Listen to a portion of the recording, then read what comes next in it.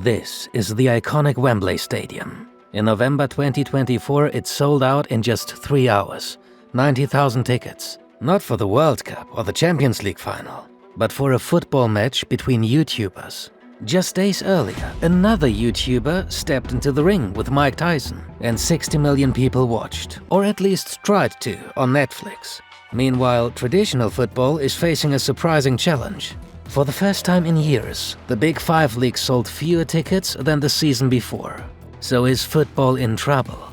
Now you could argue that these creator events are just one-offs, and that it takes more to fill stadiums week in and out. But YouTubers are now also starting their own leagues, with weekly matches, gamified rules and millions of views. They are called Kings, Baller or Icon League, and combine some of the biggest names from the creator and football world. And it's not just football. Basketball, tennis, golf, track and field, even chess. New leagues are popping up everywhere and making traditional executives nervous. So what is going on? Are we witnessing the future of sports or its downfall? Welcome to Athletic Interest and how YouTubers are disrupting sports. This video is sponsored by Shopify. So there's this video that went viral recently. Hang on, no way. It looks like a flashy Nike ad, but it's actually the launch video for the Baller League. It features some of the biggest YouTubers out there, but also some really big former players like Ronaldinho or Figo. The idea: shorter matches, wild rule changes, and moments designed to blow up online. The league was started in Germany by Lukas Podolski and Mats Hummels. It's played indoors with 6 players per side and a twist. Mid-game, a roulette wheel decides new rules. You might get a 3 versus 3 match or a volley goals counting double. It's chaos, but fun chaos. Big sponsors like Vodafone, Gatorade and Samsung are already backing it.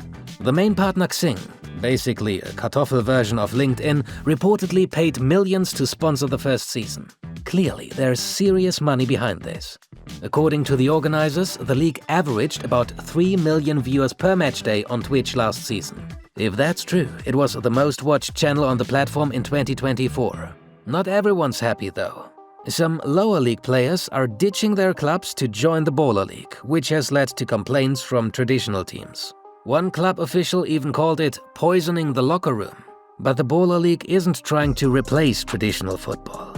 It's offering something different, fast, unpredictable, and super shareable. Whether it's a gimmick or a glimpse of the future, it's got everyone talking. But is the concept really that new? If you're old enough, you might remember the indoor football tournaments from the 80s and 90s. 5 aside, rolling substitutes on a walled hardcourt. So the concept is not entirely new. But the internet-first focus is, and the growth is crazy. So crazy that it even attracts venture capital funds that are usually focused on tech startups. It's a hint that the Baller League isn't just a quirky new competition. It's part of a much bigger shift happening in sports right now. Those two are a great example of the growing connection between the creator economy and the business of sports. Both are very successful, have millions of followers, and know how to run a business. Which brings us to today's video sponsor, Shopify. Because both Mr. Beast and Ronaldo are actually using Shopify to run their businesses. But you don't need to be the most followed Instagrammer or YouTuber on the planet. It's super easy to set up a store, even when you start from scratch and have no technical skills. Tracking inventory, processing payments, and analytics, it's all in one place. We actually use it ourselves at Athletic Interest. One of our favorite tools is probably Shopify Magic, an AI designed for commerce. If we want our socks in front of a different background, no problem. We hope this got you inspired, and if it did, make sure to check shopify.com/athleticinterest or the link in the description and build your business today. Thanks a lot for supporting us. Now let's get back to our story and the state of football. Football's still the world's game, no question. But lately, it feels like the old playbook isn't working as well as it used to. Sure, the big leagues still draw millions of fans, but younger audiences, they are starting to tune out. Even Florentino Perez, the guy who tried and failed to launch the Super League, once said that young people aren't interested in football anymore. And he's got a point. The average Premier League viewer in 2023 was 42 years old. The average YouTube viewer is 25. It's not just about age. Smaller clubs are struggling to survive. While the top leagues rake in billions from TV deals, lower-tier teams are barely scraping by. Financial troubles, empty stands, and a lack of global appeal are making it harder than ever for them to stay relevant.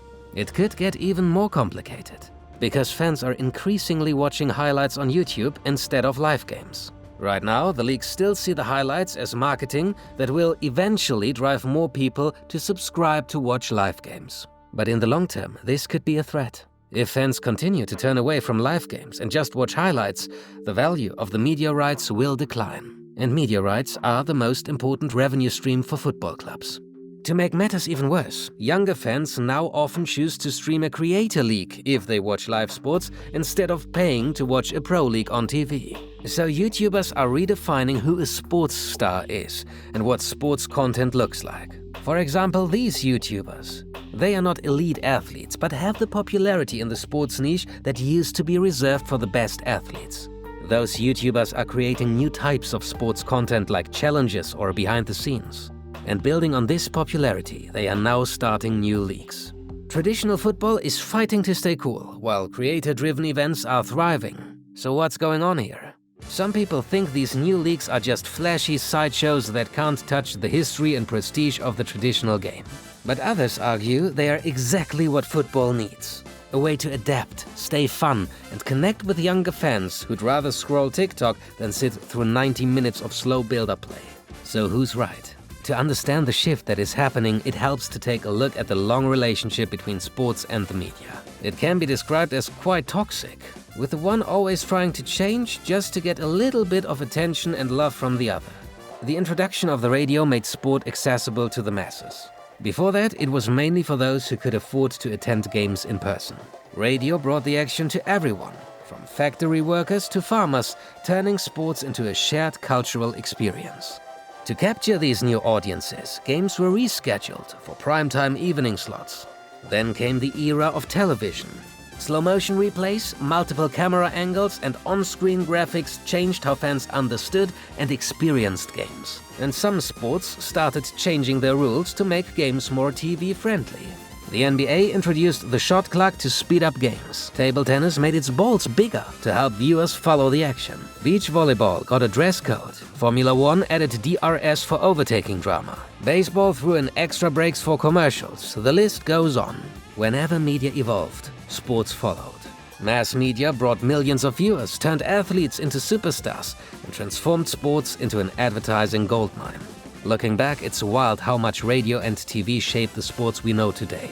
But now, we're in the middle of the biggest media revolution yet. Internet, eh? Sure, the internet isn't brand new, but it's so disruptive and constantly evolving that industries, including sports, are still playing catch-up. The rise of new leagues with different rules is just the latest reaction to a changing media landscape. It's nothing new. This adaptation has been happening for over a century.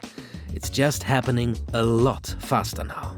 And whenever industries change this quickly, venture capital is never far behind.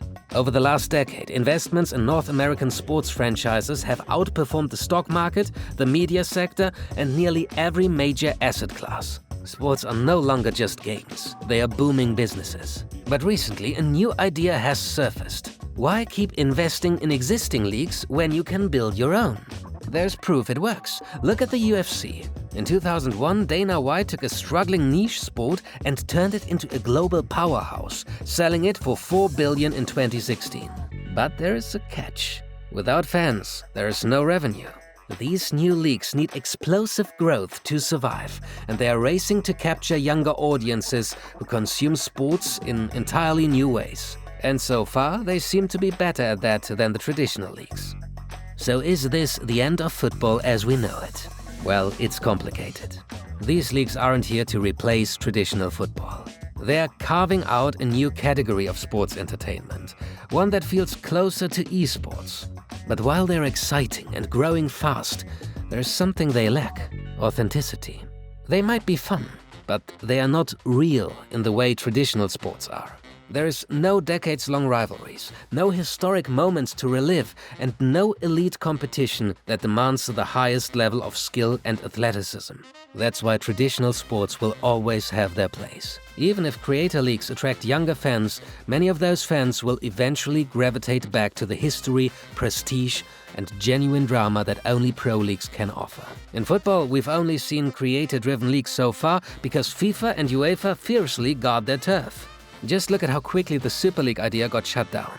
But in other sports, like mixed martial arts or cricket, innovative leagues featuring top athletes have managed to thrive. And there is a bunch of leagues popping up that are aiming to showcase the best athletes in innovative formats, like the Snow League or a Grand Slam track. And in those sports, the traditional executives should be worried. The ones that missed to innovate, lost touch with the fans, and even worse, their own athletes. The truth is, creator leagues will keep pushing the boundaries, driving innovation and expanding what sports can be. But only the leagues that showcase the best athletes will truly stand the test of time. Because in a world full of artificial content, sport remains real.